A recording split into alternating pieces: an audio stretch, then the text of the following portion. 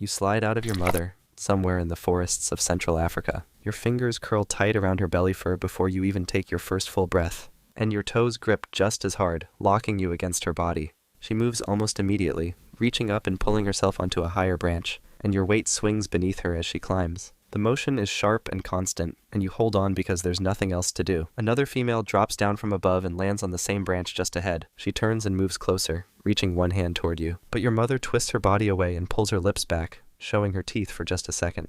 The other female stops, then climbs higher and disappears into the branches above. Your mother keeps moving, swinging across a gap between two trees. Your stomach drops as she launches forward, and the air rushes past your face before she grabs the next branch and pulls both of you across. You lose your grip with one hand, and your body swings out to the side, hanging by just your other hand and both feet. Your mother stops, wraps one arm under your back and presses you flat against her chest again. The group is moving fast now, and other chimps leap across the same gap behind you. Your mother follows them higher, climbing until the branches get thinner and start bending under her weight. Then she stops, pulls several small branches toward her, and folds them across each other to build a platform. She settles onto it and pulls you close. And for the first time since you were born, nothing is moving. You can't let go yet, the trees don't stop. And if you fall, no one will catch you except her. You're 3 months old now, and your grip is stronger than it was before. Your mother sets you down on a thick branch, while she reaches for figs hanging just above, pulling them off and biting into the soft flesh. You want to move, so you reach out toward a leaf nearby, but your hand slips off the smooth surface and your body tips forward. You dangle by one arm and start screaming,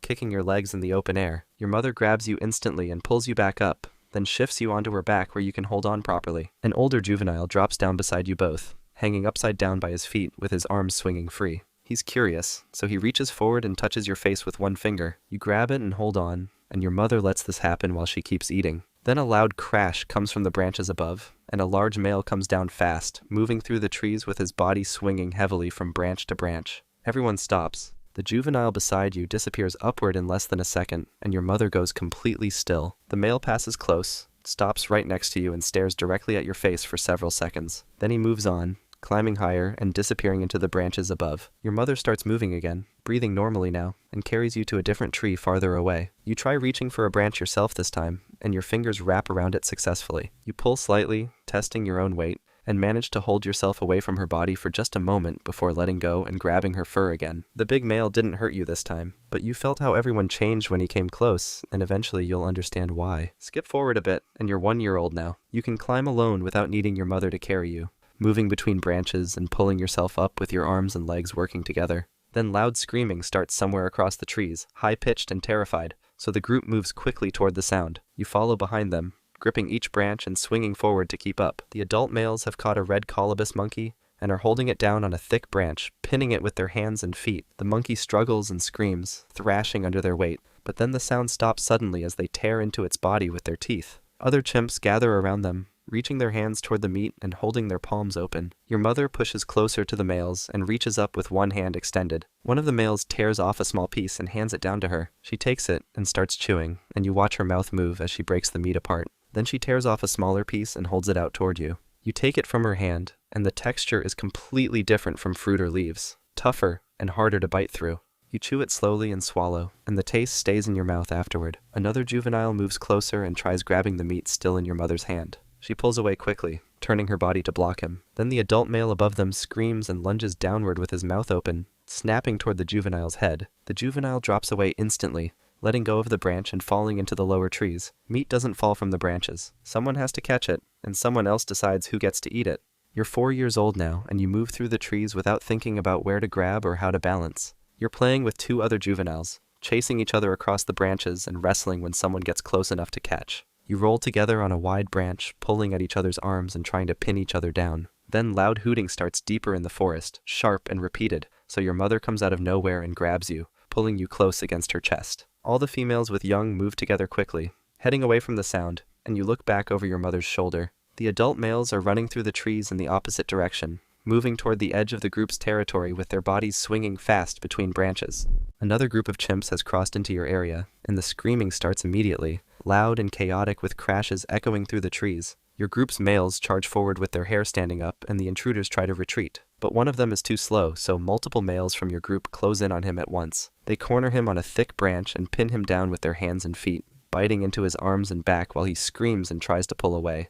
You can see it clearly even from this distance, and then his screaming stops completely. After a while, your group's males start coming back slowly, breathing hard and walking instead of running. Some of them have bite marks on their arms and shoulders with blood running down through their fur. The forest has invisible lines that mark where your group ends and others begin. You don't know where they are yet, but you know now what happens when someone crosses them.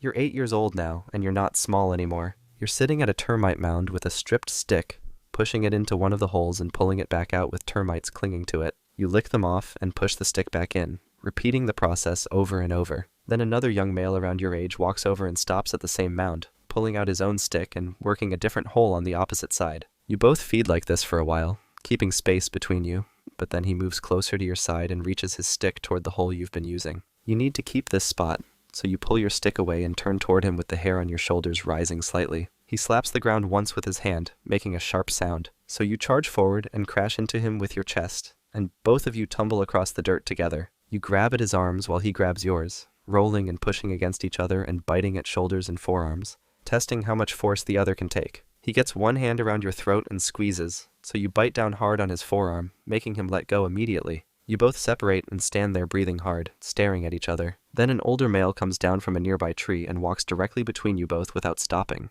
The fight ends right there, and you both look away and move to different trees without trying to continue. You won this time, but there are others bigger and stronger than you, and when you meet them, you'll have to find out if winning is still possible. Skip forward and you're 12 years old now. You're moving through the trees with another male around your age, someone you've been grooming regularly for months, and he grooms you back just as often. You both find a tree loaded with ripe figs, and an older male is already there feeding on the upper branches. You want some of that fruit, so you climb up slowly and reach for a fig on a lower branch. The older male screams immediately and charges down toward you with his mouth open and hair standing up. You normally back away when this happens, but your ally climbs up beside you this time and stands there without moving, so you hold your position too, staying right where you are. The older male stops just before reaching you, screams again louder, but doesn't hit either of you. Then he turns around and climbs back to the upper branches, continuing to feed like nothing happened. You and your ally stay on the lower level and start eating together, pulling figs off and biting into them without being forced to leave. After you've both eaten enough, you move to a branch where you can sit comfortably, and he sits in front of you and turns his back. You start grooming him, running your fingers through his fur and pulling out dirt and dead skin and small parasites. He relaxes completely, letting his arms hang down while you work through different sections of his back and shoulders. Alone, you're still beneath most of the others in the group, but together, the two of you are harder to push around, and that makes feeding easier and fights less likely. And as long as you keep grooming each other and standing together when it matters, that's not going to change. You're 16 years old now, and a female with pink swelling on her backside moves through the area with several males following behind her. You want to get closer, so you move toward her but keep some distance, watching how she feeds and where she goes. She sits on a branch pulling leaves off and chewing them slowly, ignoring most of the males around her. You move closer and sit beside her, then start grooming her back, running your fingers through her fur and picking out dirt and dead skin. She lets you do this, sitting still and not moving away. Then another male with higher rank than you walks over and tries to push between you both. But your ally from years ago comes down from a higher branch and sits nearby casually, not doing anything but just being there. The other male looks at him, then at you, and after a moment decides to walk away instead of pushing further. You keep grooming the female, working through her shoulders and down her back, and after a while she turns around and starts grooming you too, picking through the fur on your chest and arms. Then she stops and moves away, climbing to a different tree. You follow her but keep a respectful distance, not pushing too close or blocking her path. A higher-ranking male tries to mate with her, moving up behind her, but she pulls away and walks in a different direction. After a while, she circles back and moves closer to where you're sitting. She stays near you this time, and when you move toward her, she allows you to mate without walking away or rejecting you. Rank still matters in the group, but so does patience, and knowing who will stand with you when someone stronger tries to take what you've earned. You're 22 years old now, and you've held your position in the group for years without being pushed out or challenged seriously. You're feeding high in a kapok tree, reaching out towards seed pods hanging on the outer branches. The branch beneath your feet is thinner than the ones closer to the trunk, and it bends slightly under your weight as you lean forward for a better reach. Then a sharp crack sounds below you, and the branch splits at the base where it connects to the trunk. You start falling immediately, grabbing at smaller branches as you drop past them. The first one you catch snaps right away, barely slowing you down at all. You grab another, and it holds for just a second before breaking too, and your body keeps falling through the gaps between branches. You slam into a thick branch 20 meters down, and your ribs take the full force of the impact, knocking the air completely out of your lungs. You slide off that branch and keep dropping, hitting another one that spins your body sideways before you finally hit the forest floor. Your legs don't work right when you try to stand up. You push with your arms, but your legs won't hold your weight, so you collapse and try again. The group above keeps feeding, and a few of them look down briefly, but none of them come down to where you are. You need to get somewhere safer, so you crawl toward the base of the tree and pull yourself into a sitting position against the trunk. Breathing hurts, and each attempt sends sharp pain through your chest. A leopard is watching from the undergrowth 30 meters away with its tail twitching back and forth slowly. Your arms stop responding after a while, and your body slumps sideways into the leaf litter. The forest kept you alive for 22 years, and then it didn't. Life as a chimpanzee might be rough, but there's another animal out there that has it way worse. Trust me, it's wild. Check out the video and see for yourself.